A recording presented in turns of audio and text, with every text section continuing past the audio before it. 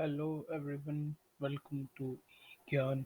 Let's start what we were solving. Okay, so 18th question. The amount of water flowing down the outflow channels on Mars is estimated to be closest to. तो हम एक बार passage देखते हैं, फट से वहां से solve हो जाएगा ये. यहाँ पे क्या दिया हुआ है, यहाँ से पढ़ना हम शुरू करते हैं. Judging from the width and depth of channels, flow rates must have been truly enormous, perhaps as much as 100 times greater than 105 tons per second carried by Great Amazon River. तो यहाँ पे क्या चीज़ लिखी हुई है जिससे हमारा आसानी से सॉल्व हो जाएगा? क्या चीज़ लिखी हुई है यहाँ पे? Perhaps 100 times greater, as much as a 100 times greater. इससे सॉल्व हो जाएगा हमारा कि यहाँ पे जो टर्म लिखा हुआ है. ठीक है, आ जाते हैं अपन वापस नीचे. एक सेकंड, ये हमारा राइट आंसर है सी. ठीक है, 10,500 टन्स पर सेकेंड. क्यों? क्योंकि क्या दिया है कि 105 टन्स पर सेकेंड दिया था, और क्या लिखा है? Perhaps 100 times greater. तो अपन 105 में 100 का मल्टीप्लाई कर देंगे, बस 10,500. ये आ जाएगा आपका answer. Next question. According to paragraph, all of the following are true of the outflow channels on Mars except they formed at around the same time that volcanic activity was occurring on northern plains. ठीक है. Found only on certain parts of Martian surface. ठीक है. Sometimes empty onto what appeared to have once been the wet sands of tidal beaches. नहीं पता है क्यों, देखते हैं. अपन पूछ क्या रहा है कि गलत क्या है. तीन तो सही है इसमें कि हाँ ऐसा कहीं लिखा है. अपन ये वेट वाला देखते हैं, टाइडल बीचेस वाला, कि क्या पूछ रहा है? आउटफ्लो चैनल्स के बारे में पूछ रहा है कि जो अपना बताया कि मार्स पे जो आउटफ्लो चैनल्स हैं उनके बारे में पूछ रहा है. ये अपना वेट वाला आ गया है. क्या चीज बोल रहा है? The on rushing water arising from these flash floods likely also formed the odd teardrop islands seen in the wet sand of our beaches. our beaches मतलब अर्थ की बात हो रही है यहाँ पे. odd teardrop shaped islands resembling the miniature versions seen in the wet sand of or beaches at low tide that have been found on plains close to the ends of the outflow channels. कभी भी confuse नहीं होना है. फिर से अपन कर लेते हैं. फ्लैश फ्लड क्या होता है? सपोज ये पहाड़ी है बहुत बड़ी, फ्लैश फ्लड आएगा, सब कुछ तोड़ के चला जाएगा. जो अचानक से बहुत बड़ी बाढ़ आती है उसको फ्लैश फ्लड बोलते हैं. ठीक है. ऑन रशिंग वाटर, आता हुआ पानी, रशिंग रश करता हुआ आ रहा है कहीं से, पहाड़ी से, किसी जगह से नीचे बहुत तेजी से आ रहा है. फिर क्या बोल रहा है? ये likely also form odd tear drop. अपन ने बात की थी टीयर ड्रॉप क्या होता है. ये इस टाइप का शेप, जैसा एक आंसू नहीं होते, टीयर ड्रॉप शेप. ठीक है. और ये क्या, बस इतने से सॉल्व हो जाएगा. Seen in the wet sand of our beaches at low tide. कैसा लगता है? जैसा अपना लगता है. तो वहां की तो वो बात ही नहीं कर रहा कि उसने फॉर्मेशन बताया, वो तो एक बात कह रहा है कि वो देखने में वैसा ही लगता है जैसे पृथ्वी पे अपने बीचेस में लगता है. They sometimes empty on to, नहीं नहीं, what appear to have once been wet sands of tidal beaches, नहीं यार, ये तो हमारे यहाँ पाया जाता है, उसके जैसा लगता है. अपन आ जाते हैं नेक्स्ट क्वेश्चन पे. In paragraph, why does the author include the information that 105 tons of water flow through the Amazon River per second? To emphasize the great size of volume of water that seems to have flowed through Mars outflow channels, to indicate data used by scientists to estimate how long ago Mars outflow channels were formed, to argue that flash floods on Mars may have been powerful enough to cause tear-shaped islands to form, to argue that force of flood waters on Mars was powerful enough to shape the northern volcanic plains. भाई ना तो ये हो सकता है, कुछ भी flow हो उससे कुछ भी फॉर्म हो रहा हो, ये भला कैसे सिद्ध होगा? ये उस फ्लो के कारण ही वो फॉर्म हुआ. इन दोनों से तो बात सिद्ध होती ही नहीं. और उस डेटा से 105 टन पर सेकंड से ये कैसे पता चल जाएगा कि कितने पहले फ्लो था? ये सब कोई मतलब नहीं. 105 वो जो लिखा है ना, perhaps 100 times greater than what once happened on Amazon, 105 tons पर सेकंड, सिर्फ इसलिए दिया है to emphasize the great size of volume of water that seems to have flowed through Mars outflow channels. ये वाक्य वक्ता या जिसने भी ये पैराग्राफ बनाया है उसने ये बात डाली क्यों है कि 105 टन सेकंड प्रति सेकंड पानी जो है वो अमेजोन के फ्लो में रहता है, और इससे 100 गुना ज्यादा पानी मार्स के आउटफ्लो चैनल में था. क्यों? ये दिखाने के लिए कि कितना ग्रेट वॉल्यूम ऑफ वाटर, कितना ज्यादा पानी मार्स पे था, कितनी जबरदस्त बारिश होती थी, और कितने बड़ी बड़ी वहां पे घाटियां थी या वाटर चैनल था, जो पानी का चैनल था, पानी की निकासी थी, कितनी बड़ी थी. वो सब इसलिए नहीं कि वहां से कोई डेटा कलेक्ट करना है या उसने अमेजोन का डेटा इसलिए दिया है. कि आपको कुछ पता चले, सिर्फ ये दिखाने के लिए कि वो कितना ग्रेट या कितना ज्यादा था। अपन आ जाते हैं नेक्स्ट क्वेश्चन पे। A blank animal is one that is active primarily during the twilight period। इसका आंसर है crepuscular। ये एमपीपीएससी ने डिलीट कर दिया क्वेश्चन, पता नहीं क्यों, कुछ कुछ डिलीट किए हैं। डियोरनल दिन वाला होता है, नॉक्टर्नल रात्रि वाला, रात्रिचर।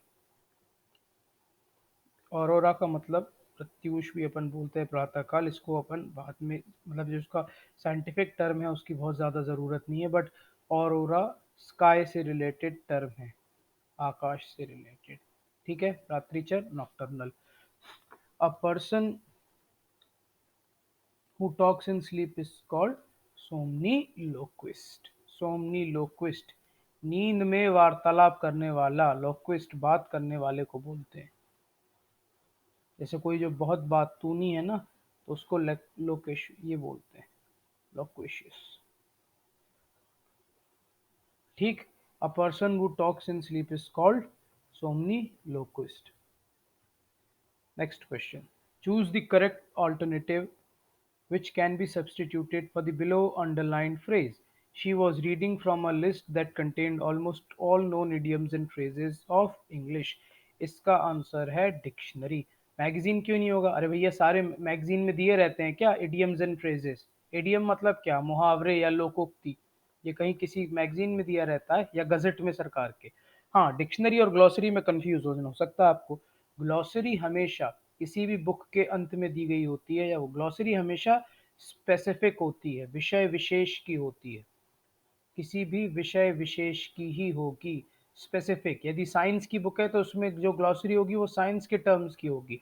यदि ज्योग्राफी की बुक है तो उसमें जो ग्लॉसरी होगी उसमें ज्योग्राफी के टर्म्स दिए होंगे। कोई साहित्य की बुक होगी तो उसमें ग्लॉसरी में हिंदी या इंग्लिश या जिस भी भाषा का साहित्य है उसके टर्म्स दिए होंगे। लेकिन डिक्शनरी में क्या होता है? डिक्शनरी में सारे दिए होते हैं। तो यहाँ पे क्या पूछ रहा है? Almost all the known idioms and phrases of English, इसलिए इसका आंसर क्या होगा? डिक्शनरी। तो कॉमन सेंस को अप्लाई करके इजिली सॉल्व किया जा सकता है। Blank listening is also called as critical listening. अब क्रिटिकल का मतलब क्या होता है? या क्रिटिक, जैसे खाने का जो होता है क्रिटिक, तो उसको क्या बोलते हैं? क्रिटिक का मतलब सिर्फ ये नहीं होता कि कमी निकालना, या जो फिल्म क्रिटिक, इसका मतलब वो चीज़ों का क्या करता है? मूल्यांकन। मूल्यांकन। क्रिटिक क्या, क्रिटिक का एक और मतलब क्या हो सकता है क्रिटिक का? कि बारीक, क्रिटिक सूक्ष्म या महीन, है ना? कि अपन नहीं कहते उनकी हालत बड़ी क्रिटिकल है, बड़ी वो क्रिटिकल कंडीशन में, बहुत ही ऐसी हालत में है। ठीक है, तो आपको क्या क्रिटिक, खाने या फिल्म से फिल्म क्रिटिक कहते हैं, क्या याद आया? वो फिल्मों को क्या करता है? मूल्यांकन, बताता है कि अच्छी है तो खराब। तो क्या थेरेप्यूटिक से मूल्यांकन का अर्थ निकल रहा है, या डिस्क्रिमिनेटिक से? एम्पैथेटिक तो एम्पैथी से हुआ, एम्पैथी किसी के प्रति मन में दया भावना रखना, करुणा या उसकी भावनाओं को समझना, है ना, उसके प्रति दया भाव रखना। इवेल्युएटिव, इवेल्युएशन का मतलब क्या होता है? कॉपी चेक करना नहीं कहलाता इवेल्युएशन। या किसी भी चीज को इवेल्युएट करके हम बता रहे हैं कि अच्छा है गलत, या कुछ मार्क्स देख रहे हैं। तो blank listening, evaluative listening is also called as critical listening.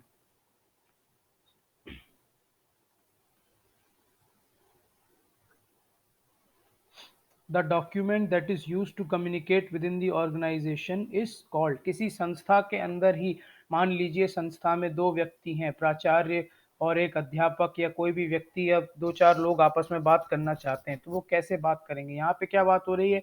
कि आधिकारिक, आधिकारिक रूप से, आधिकारिक की बात हो रही है। क्यों? ऑर्गेनाइजेशन में कोई बात करेगा तो ऑफिशियली बात करेगा ना। डॉक्यूमेंट क्या कहलाता है? जाहिर सी बात है, ना ईमेल है, ना लेटर है, ना टेलेक्स है, वो है मेमो। मेमो से बात होती है। ठीक है, अब आ जाते हैं नेक्स्ट वाले पे। The correct synonym for slumber is. Slumber का मतलब होता है सोना, स्लीप। तो इसका जो पर्यायवाची है वो है स्लीप। ठीक, अपन इनमें से कुछ कुछ एमपीपीएससी ने डिलीट कर दिए हैं, लेकिन फिर भी सही आंसर हमारे लिए जानना जरूरी है। ठीक। Next question. Of the words given below, 3 are synonyms, choose the odd one out. क्या बोल रहा है ये? कि तीन जो है वो पर्यायवाची हैं या मिलते जुलते हैं, समानार्थी हैं, एक जो है वो अलग है। क्या होना चाहिए भाई? एनर्जी। क्या होगा एनर्जी का मतलब? कि भाई बड़ी शक्ति। एनर्जी, एक्टिव रहता है। एक्टिविटी का मतलब भी क्या होगा? बहुत एक्टिव है वो, हर समय किसी गतिविधि में इन्वॉल्व रहता है, उत्साही है, जोश। स्पिरिट का मतलब भी क्या होता है? उत्साह, जुनून, जिजीविषा, जोश।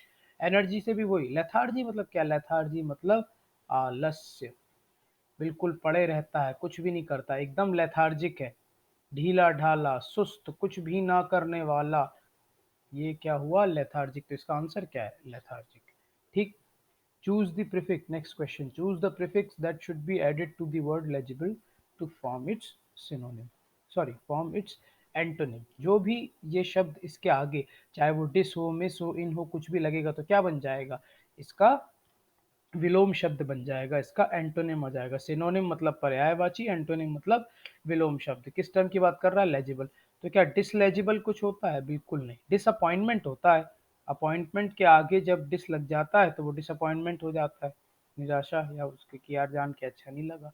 ऐसे ही मिस प्रोनाउंसिएशन हो सकता है, या मिस नोमर हो सकता है। इनलेजिबल भी कुछ नहीं होता, हाँ इललेजिबल जरूर होता है। तो क्या है, आई एल, इललेजिबल।